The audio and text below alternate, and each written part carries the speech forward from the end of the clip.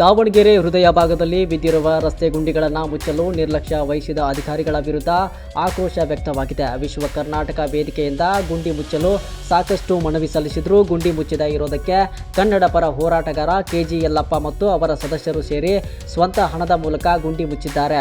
ದಾವಣಗೆರೆ ಜಯದೇವ್ ಸರ್ಕಲ್ನ ಹದಡಿ road PWD ಇಲಾಖೆ ವ್ಯಾಪ್ತಿಗೆ ಬರಲಿದ್ದು ಗುಂಡಿ ಮುಚ್ಚುವಂತೆ ಸಾಕಷ್ಟು ಬಾರಿ ದೂರು ನೀಡಿದರೂ ಸ್ಪಂದಿಸಿರಲಿಲ್ಲ. ಇದರಿಂದ ಬೇಸತ್ತ ಹೋರಾಟಗಾರರು ಅವರೇ ಗುಂಡಿ ಮುಚ್ಚಿ ಇಲಾಖೆ ಅಧಿಕಾರಿಗಳಿಗೆ ಛೀಮಾರಿ ಹಾಕಿದ್ದಾರೆ. ರಸ್ತೆ ಗುಂಡಿಗಳಿಂದ ಅಪಘಾತಗಳು ಹೆಚ್ಚಲಿದ್ದು ಇನ್ನಾದರೂ ಹದಡಿ ರಸ್ತೆ ಜೊತೆಗೆ ನಗರದ ರಸ್ತೆ ಗುಂಡಿ ಮುಚ್ಚಲಿ ಅಂತ ಆಕ್ರೋಶ ವ್ಯಕ್ತಪಡಿಸಿದ್ರು. ದಾವಣಗೆರೆ ಎಲ್ಲ ನಾಗರಿಕರಿಗೂ ವಿಶ್ವ ಕರ್ನಾಟಕ ರಕ್ಷಣಾ ವೇದಿಕೆಯಿಂದ ನಮಸ್ಕಾರ ಮಾಡ್ತಾ ಇದ್ದೇನೆ. ನೋಡಿ, ಈ ಜಯದೇವ ವೃತ್ತದಲ್ಲಿರ್ತಕ್ಕಂಥ ಈ ಗುಂಡಿ ವರ್ಷಗಳಿಂದ ಗುಂಡಿ ಬಿದ್ದು ಜನ ತೊಂದರೆ ಅನುಭವಿಸ್ತಾ ಇದ್ದಾರೆ. ದಿನನಿತ್ಯ ಸಾವಿರಾರು ವಾಹನಗಳು ಓಡಾಡ್ತವೆ. ದ್ವಿಚಕ್ರ ವಾಹನ ಇರ್ಬೋದು, 4 ಚಕ್ರ ವಾಹನ ಇರ್ಬೋದು. ಪ್ರತಿಯೊಬ್ಬರಿಗೂ ಈ ಗುಂಡಿಯಿಂದ ತುಂಬಾ ಹಿಂಸೆ ಆಗ್ತಾ ಇದೆ. ವಯಸ್ಸಾದವರಿಗೆ ಗುಂಡಿ ಒಂದ್ಸರಿ ಗಾಡಿ ಇಳಿದು ಹೋಯ್ತು ಅಂದ್ರೆ ಬೆನ್ನು ಮೂಳೆ ತೊಂದರೆ ಆಗುತ್ತೆ, ಸೊಂಟಕ್ಕೆ ತೊಂದರೆ ಆಗುತ್ತೆ.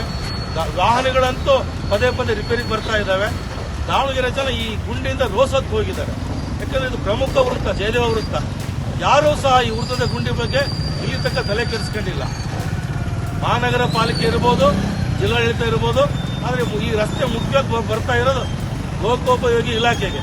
ಅವರಂತೂ ಸಣ್ಣ ಪುಟ್ಟ ಗುಂಡಿಗಳು ಮುಚ್ಚಕ್ಕೆ ಹೋಗ್ತಾ ಇಲ್ಲ. ಅವ್ರು ಸಬೂಬು ಹೇಳ್ತಾರೆ, ಬೈಪಾಸ್ ಇಂದ ಇಲ್ಲಿ ತನಕನೂ ರಸ್ತೆ ಮಾಡ್ತಾ ಇದ್ದೀವಿ, ಸಿಮೆಂಟ್ ರಸ್ತೆ ಮಾಡ್ತಾ ಇದ್ದೀವಿ ಅಂತ. ಅದಕ್ಕಿಂತ ಮುಂಚೆ ಗುಂಡಿಗಳ ಕಾಟದಿಂದ ದಾವಣಗೆರೆ ಜನರನ್ನ ಪಾರು ಮಾಡೋದು ಯಾರು?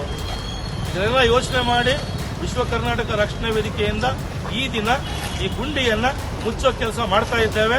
ಸಾರ್ವಜನಿಕರು ಇಂಥ ಒಳ್ಳೆ ಕೆಲಸಕ್ಕೆ ಕೈ ಜೋಡಿಸಬೇಕು ಅಂತ ಕೇಳ್ಕೊತಾ ಇದ್ದೇವೆ.